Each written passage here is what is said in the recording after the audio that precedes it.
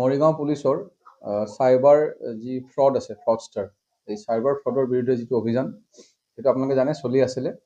আৰু সেই অভিযানৰ এটা অংশস্বৰূপে আমাৰ যোৱাকালি পুৱতি নিশা আজি এই দুদিন ধৰি আমাৰ কণ্টিনিউৱাছলি বিভিন্ন এৰিয়াত আমাৰ ৰেড চলি আছিলে। মইৰাবাৰী, লাহৰীঘাট আৰু ধিং থানা এলেকাৰ কিছু জেগাত। আৰু সেইমতে আমি এতিয়ালৈকে আমি 5জন মানুহ আমি এপ্ৰিহেণ্ড কৰিছোঁ, যিসকল নেকি চাইবাৰ ফ্ৰড আৰু তেওঁলোকে বিভিন্ন নথি পত্ৰ এইবিলাক পেন কাৰ্ড, আধাৰ কাৰ্ড এইবিলাক বনাই পেলাই ডুপ্লিকেচি কৰি বেলেগ মানুহৰ নামত এইবিলাক ছাবমিট কৰিছিলে এক্সিছ বেংকত। আৰু এক্সিছ বেংকৰ পৰা এই 5জনে মিলি পেলাই প্ৰায় 25 লাখতকৈ অধিক টকা তেওঁলোকে হৰলুটি কৰিছিলে।